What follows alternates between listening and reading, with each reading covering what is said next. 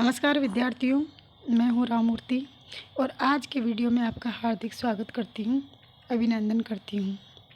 विद्यार्थियों, आशा और उम्मीद करती हूँ कि आप स्वस्थ होंगे और अपने अपने कार्य में व्यस्त होंगे।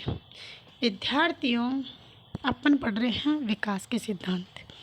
विकास के सिद्धांतों में से 3 सिद्धांत मैंने आपको पिछले वीडियो में बता दिए हैं और आज का सिद्धांत है सामाजिक सामूहिक विकास का पारिस्थितिक सिद्धांत। आइए विद्यार्थियों, इस सिद्धांत को विस्तार से समझते हैं और आगे बढ़ते हैं। आज का सिद्धांत है सामाजिक सामूहिक विकास का पारिस्थितिक सिद्धांत। इस सिद्धांत के प्रवर्तक हैं यूरी ब्रॉनफेन ब्रेनर।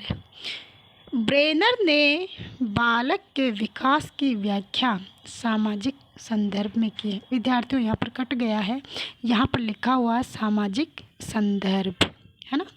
ब्रेनर ने बालक के विकास की व्याख्या सामाजिक संदर्भ में की है। ब्रेनर के अनुसार बालक ऐसे लोगों के साथ अंतःक्रिया करता है जो उसके विकास को प्रभावित करते हैं। ब्रेनर ने इस सिद्धांत के अनुसार पर्यावरणीय तल के 5 स्तर का उल्लेख किया है और ये स्तर है लघु मंडल, मध्य मंडल, बाह्य मंडल, बृहत मंडल, घटक मंडल। तो विद्यार्थियों, इनको एक एक को विस्तार से समझते हुए आगे बढ़ते हैं। आपने मेरे चैनल को लाइक नहीं किया तो लाइक करें, शेयर करें और सब्सक्राइब करते रहिए। आप मुझे जितना सहयोग करोगे मैं उतना ही आपको अधिक सहयोग कर पाऊँगी। आगे बढ़ते हैं विद्यार्थियों, एक एक को पढ़ते हुए। पहला मंडल है लघु मंडल। पहला कौन सा है? लघु मंडल। लघु मंडल यह है सामाजिक वातावरण का सबसे भीतरी स्तर। सामाजिक वातावरण का सबसे भीतरी स्तर। इसमें बालक के निकटतम वातावरण द्वारा की गई अंतःक्रिया को सम्मिलित किया गया है।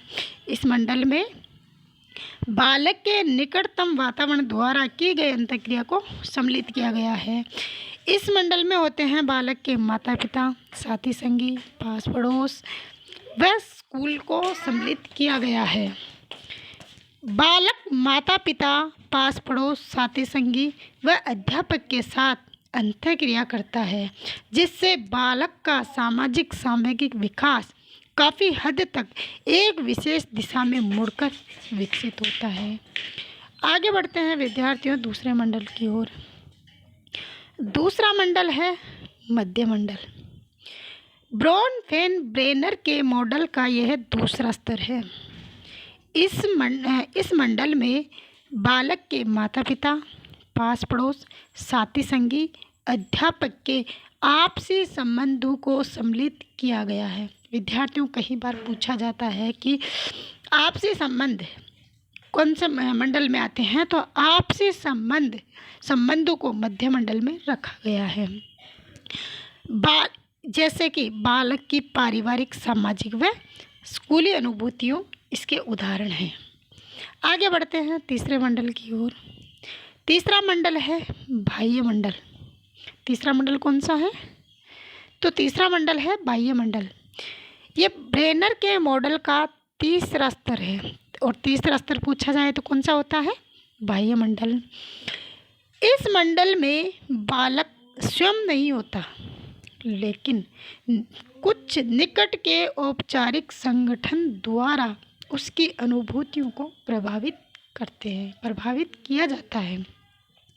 जैसे माता पिता का कार्यस्थल है, धार्मिक स्थल है, स्वास्थ्य केंद्र है, कल्याण केंद्र है इत्यादि। इस मंडल में बालक का दैहिक, सामाजिक व शैक्षिक विकास प्रभावित होता है।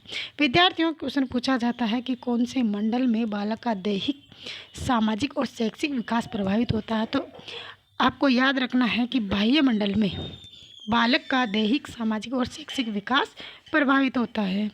आगे बढ़ते हैं चौथे मंडल की ओर। चौथा मंडल है बृहत मंडल। चौथा मंडल कौन सा है? बृहत मंडल। तो ये ब्रोनफेन-ब्रेनर के मॉडल का चौथा स्तर है। इस स्तर को सबसे बाहरी और ऊपरी स्तर कहा जाता है। विद्यार्थियों यहाँ कंफ्यूज नहीं होना है। यहाँ पर चौथे स्तर को यानी चौथे मंडल को ही सबसे बाहरी और ऊपरी स्तर कहा गया है, जबकि विद्यार्थी घटक मंडल जो पांचवा मंडल है उसको सबसे बाहरी या ऊपरी स्तर मानते हैं। तो विद्यार्थियों कंफ्यूज नहीं होना है, समझना है कि बृहत मंडल जो चौथा मंडल है उसे ही बाहरी मंडल और ऊपरी मंडल कहा गया है। इस चौथे मंडल में सांस्कृतिक मूल्यों, सामाजिक प्रथाएं, सामाजिक आर्थिक स्तर आदि संस्थाओं का बालक के विकास पर सम्मिलित रूप से प्रभाव पड़ता है। आगे बढ़ते हैं पांचवें मंडल की ओर, और पांचवा और अंतिम मंडल है घटक मंडल। इस मंडल में बालक के विकास की सामाजिक और ऐतिहासिक अवस्थाओं को सम्मिलित किया गया है। पांचवें मंडल में बालक की सामाजिक और ऐतिहासिक अवस्थाओं को सम्मिलित किया गया है। इस मंडल में बालक ऐसे वातावरण से होकर गुजरता है जिससे उसको नई अनुभूतियाँ होती हैं, जैसे संचार के साधन, कंप्यूटर, मोबाइल, लैपटॉप इत्यादि। तो विद्यार्थियों ये चौथा मंडल है अपना। आशा और उम्मीद है कि आपको समझ आया होगा। आगे बढ़ते हैं अगले मंडल की ओर, अगले सिद्धांत की ओर। तो अपना अगला सिद्धांत और पांचवा सिद्धांत है नैतिक विकास का सिद्धांत। अब विद्यार्थियों आपको कंफ्यूज नहीं होना है। नैतिक विकास का सिद्धांत 3 विद्वानों द्वारा दिया गया है। पहला है कोहलबर्ग का नैतिक विकास सिद्धांत, हेविंगहर्स्ट का नैतिक विकास सिद्धांत और जीन पियाजे का नैतिक विकास सिद्धांत। तो अपन एक एक सिद्धांत को पढ़ते हुए समझते हुए आगे बढ़ते हैं। तो अभी मैं लेकर आई हूँ आज आपको कोहलबर्ग का नैतिक विकास सिद्धांत। कोहलबर्ग के अनुसार बालक के नैतिक विकास को समझने के लिए उसके तर्क और चिंतन का विश्लेषण करना आवश्यक है। कोहलबर्ग के अनुसार प्रारंभ में बालक में कोई नैतिकता नहीं होती है। प्रारंभ में बालक में कोई नैतिकता नहीं होती है, लेकिन समय के साथ धीरे धीरे इसका विकास होता है और अंतिम समय में विवेक पर आधारित होती है। कोहलबर्ग ने नैतिक विकास की 6 अवस्थाओं का उल्लेख किया है। अब विद्यार्थियों समझने वाली बात यह है कि अवस्था पूछी जाए नैतिक विकास की, कोहलबर्ग के सिद्धांत के अनुसार नैतिक विकास की अवस्था पूछी जाए तो 6 है और स्तर पूछा जाए तो 3 है। आगे बढ़ते हैं और इनको विस्तार से पढ़ते हैं। तो पहला स्तर है कोहलबर्ग के नैतिक विकास का पहला स्तर है प्री कन्वेंशनल स्तर। प्री कन्वेंशनल स्तर को पूर्व परंपरागत या पूर्व रीत्यानुसार भी कहते हैं। विद्यार्थियों सिद्धांत वही रहता है, लेकिन कई नामों से एग्जामिनर प्रश्न पूछता है, अलग अलग नाम दे देता है, विद्यार्थी कंफ्यूज हो जाते हैं। आपको कंफ्यूज नहीं होना है, आपको समझना है और आगे बढ़ना है। तो प्री कन्वेंशनल स्तर को पूर्व परंपरागत और पूर्व रीत्यानुसार भी कहते हैं। यह अवस्था होती है 4 से 10 वर्ष। 4 वर्ष से पूर्व बालक में कोई नैतिकता नहीं होती है, लेकिन धीरे धीरे बाहरी घटना के आधार पर नैतिकता का पालन शुरू करता है। विद्यार्थियों यहाँ समझने वाली बात यह है कि जो 4 से 10 वर्ष की जो अवस्था होती है, उस अवस्था के दौरान बालक बाहरी घटना के आधार पर नैतिकता का पालन करता है।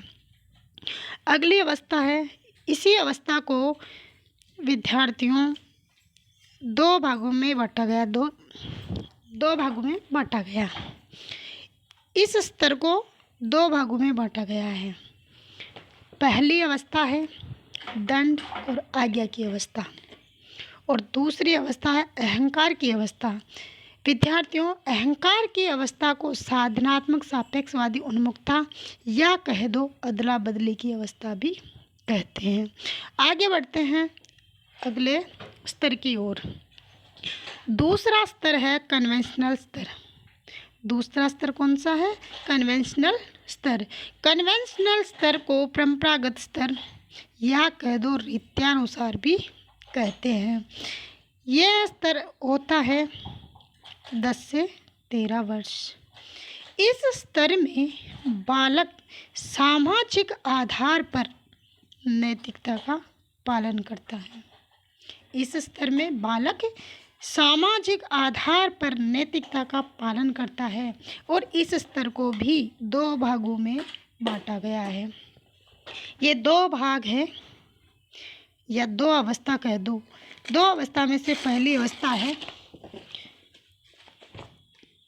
अवस्था है प्रशंसा की अवस्था, जिसे अच्छी लड़की या अच्छा लड़का की अवस्था भी कहते हैं, और दूसरी अवस्था है सामाजिक व्यवस्था के प्रति सम्मान की अवस्था।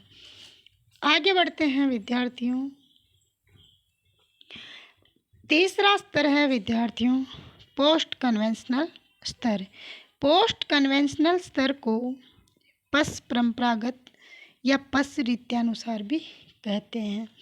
यह आती है विद्यार्थियों 13 वर्ष के बाद, और 13 वर्ष के बाद बालक की किशोरावस्था प्रारंभ हो जाती है।